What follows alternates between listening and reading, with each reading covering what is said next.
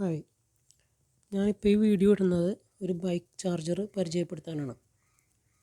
സാധാരണ ഞാൻ പല വീഡിയോയിലും കണ്ടിട്ടുണ്ട് ഇങ്ങനത്തെ ഉള്ള ഒരു ചാർജർ, അതായത് സെറ്റ് ടോപ്പ് ബോക്സിൻ്റെ ഒരു ചാർജർ എടുത്ത് സാധാരണ നമ്മുടെ ബൈക്കിൻ്റെ ബാറ്ററി ചാർജ് ചെയ്യാവുന്നതേ ഉള്ളൂ എന്ന് പല വീഡിയോയിലും ഞാൻ കണ്ടിട്ടുണ്ട്. ഞാനതപ്പോൾ 2-3 പ്രാവശ്യം പരീക്ഷിച്ച് നോക്കി, പക്ഷേ അത് സക്സസ് ആയില്ലെന്ന് വെച്ചാൽ ഫസ്റ്റ് ഒരു പ്രാവശ്യം കുറച്ച് ചാർജ് കയറിയതായിട്ട് കാണിച്ചു. പിന്നെ അത് കഴിഞ്ഞ് ഞാൻ ബാറ്ററി ബൈക്കിൽ ഫിറ്റ് ചെയ്ത് നോക്കിയപ്പോൾ നല്ല ഒരുവിധം ചാർജ് ഉണ്ടായിരുന്നു. പിന്നെ പെട്ടെന്ന് ഒരു ദിവസം മാത്രം അത് നിന്നുള്ളൂ. പിന്നെ പെട്ടെന്ന് ചാർജ് ഇറങ്ങിപ്പോയി. അപ്പോൾ അതൊരു നല്ലതായിട്ട് എനിക്ക് തോന്നിയില്ല. അതായത് ഒരു ദിവസം ആ ചാർജ് നിൽക്കുകയുള്ളൂ, പിന്നെ അങ്ങനെ ചാർജ് ചെയ്തിട്ട് വലിയ കാര്യമില്ല. അപ്പോൾ ഞാൻ എന്താ ചെയ്തതെന്ന് വെച്ചാൽ ഒരു എക്സ്റ്റേണൽ ചാർജർ മേടിച്ചു. അപ്പോൾ ഈ ചാർജർ ഞാൻ ഒരു മാതാ ഇലക്ട്രോണിക്സ് എന്നുള്ള ഒരു കടയിൽ നിന്ന് വാങ്ങിച്ചതാണ്. അപ്പോൾ അത് ശരിക്കും പറഞ്ഞു കഴിഞ്ഞാൽ ഇതിപ്പോൾ ഞാൻ ഇത് വെച്ച് ചാർജ് ചെയ്തിട്ട് എനിക്ക് ഒരു 2-2.5 മണിക്കൂറേ ആവശ്യം വന്നുള്ളൂ അത് ഫുൾ ചാർജ് ആകാൻ. എൻ്റെ ബൈക്കിൻ്റെ ബാറ്ററി ഫുൾ ചാർജ് ആകാൻ ആകെ 2-2.5 മണിക്കൂറാണ് ആകെ എടുത്തത്. ഇതിൻ്റെ ഇപ്പം നിങ്ങൾക്ക് നോക്കിയാൽ അറിയാം, ഇത് 14 വോൾട്ട് 2 ആംസ് ആണ്. മറ്റേത് 12 വോൾട്ടാണ്. പക്ഷേ 12 വോൾട്ട് എന്ന് പറഞ്ഞാൽ ആ 12 വോൾട്ട് വെച്ച് ചാർജ് ചെയ്താൽ അത്രയും കറക്റ്റായിട്ടുള്ള ചാർജൊന്നും കയറില്ല. എപ്പോഴും ഇങ്ങനത്തെ ഒരു എക്സ്റ്റേണൽ ചാർജർ മേടിച്ചിട്ട് ചാർജ് ചെയ്യുന്നതാണ് നല്ലത്. ഞാൻ ഇപ്പോൾ ഇതിപ്പോഴേക്കും കാണിച്ചു തരാം.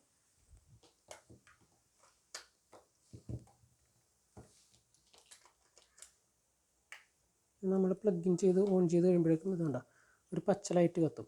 അത് കഴിഞ്ഞ് നമ്മൾ ഈ ടെർമിനൽസ് ബാറ്ററിയിൽ കൊടുത്തു കഴിയുമ്പോഴേക്കും ബാറ്ററി ഡൗൺ ആണെങ്കിൽ അത് റെഡ് കളറായിരിക്കും അവിടെ കാണിക്കുന്നത്.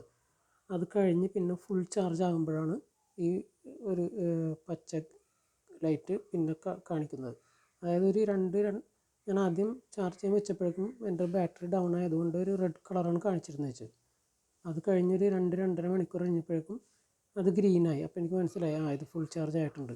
അത് കഴിഞ്ഞ് ഞാൻ എൻ്റെ ബാറ്ററി ബൈക്കിലേക്ക് മാറ്റി ഒരു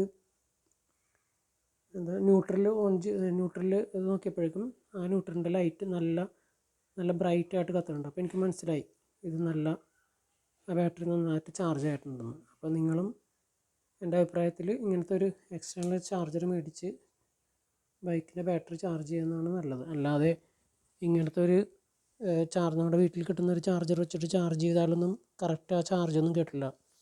കറക്റ്റ് ബാറ്ററിക്ക് ഇപ്പോൾ സെൽഫ് സ്റ്റാർട്ട് ഇല്ലാത്ത വണ്ടിക്കാണെങ്കിൽ ഒരു 13.6 വോൾട്ടെങ്കിലും കയറണം, എന്നാലേ അതിൻ്റെ ആ വോൾട്ട് കറക്റ്റായിട്ട് കിട്ടുള്ളൂ.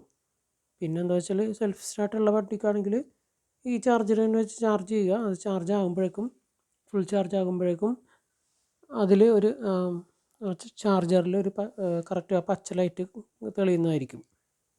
അപ്പോൾ പിന്നെ സെൽഫ് സ്റ്റാർട്ട് ഉള്ള വണ്ടിക്ക് എത്ര നേരം എടുക്കുമെന്ന് എനിക്കറിയില്ല. എൻ്റെ വണ്ടി സെൽഫ് സ്റ്റാർട്ട് ഇല്ലാത്ത വണ്ടിയാണ്. അപ്പോൾ അത് കാരണം ഒരു 2-2.5 മണിക്കൂർ കൊണ്ട് തന്നെ ചാർജ് ചെയ്തു. അപ്പോൾ ഇതൊന്ന് പറയാൻ വേണ്ടിയാണ് വീഡിയോ ചെയ്തത്. Thank you.